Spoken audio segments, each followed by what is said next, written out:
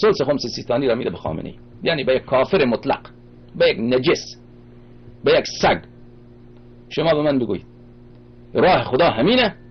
رضا امام زمان علیه السلام همینه که اون کسی که ما کفرش را ثابت کردیم شما بیا ثلث مال امام عصر علیه السلام را به او بده؟ شما شیعیان ساده که حجت خدا نائب خدا، نائب امام زمان علیه السلام، به اون ندهیم مجزیه.